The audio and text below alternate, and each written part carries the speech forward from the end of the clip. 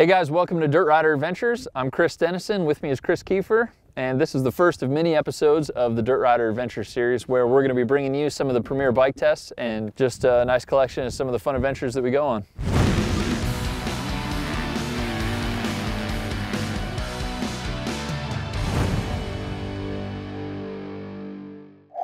This week brought the 2015.5 KTM Factory Edition bikes to the Dirt Rider office, where we were able to take a look at some of the advancements KTM has made over the standard 2015 models.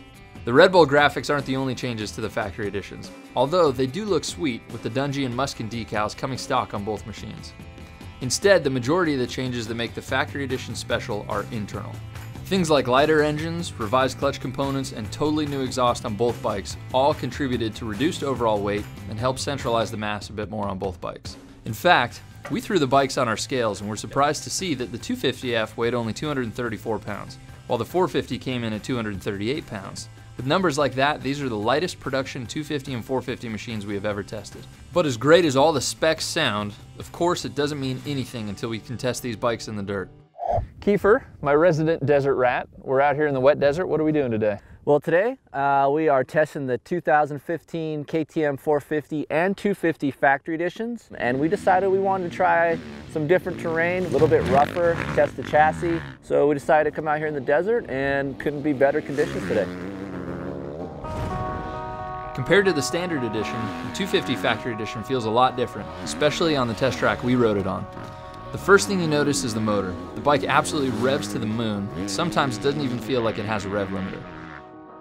This may not appeal to beginner or novice riders, but intermediates and pros will probably appreciate the way you can totally wring the motor out in each gear.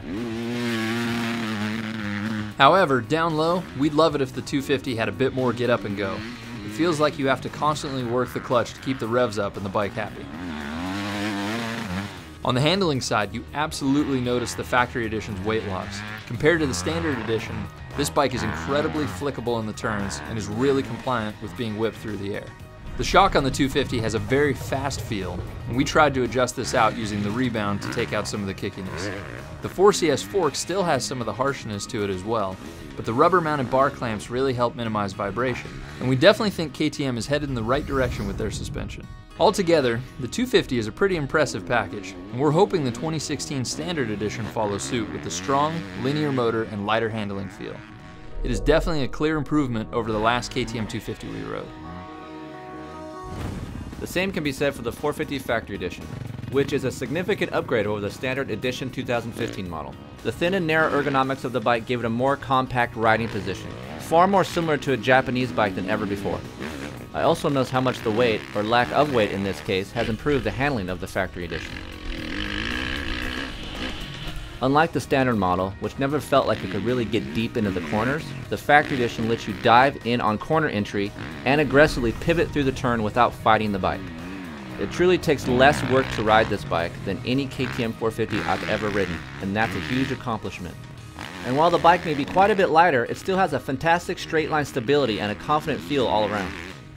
This is helped in part by a more comfortable feeling 4CS fork, although it took a bit of work to adjust the sag and get the rear end to really bite in corner exits. The motor actually feels less exciting than the 2015 Standard Edition, but to me that's a good thing. It feels much more linear, smoother out of a corner, and really just takes less effort to ride and handle.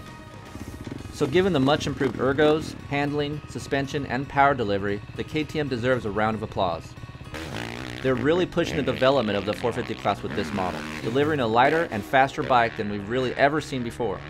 Had it been around for a 2015 450 shootout, it would have definitely been a contender to win. So there's no doubt that other manufacturers will have to step up their game and gun for KTM in 2016.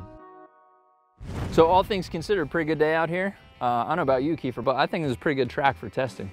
It is. It spices it up a little bit. It really is good for testing out here in the hills, and after a rain, you burn in a track, it gets rough over time, and the bumps form bigger out here, and I can learn a lot more from for chassis testing and suspension testing out here, and I like it for testing.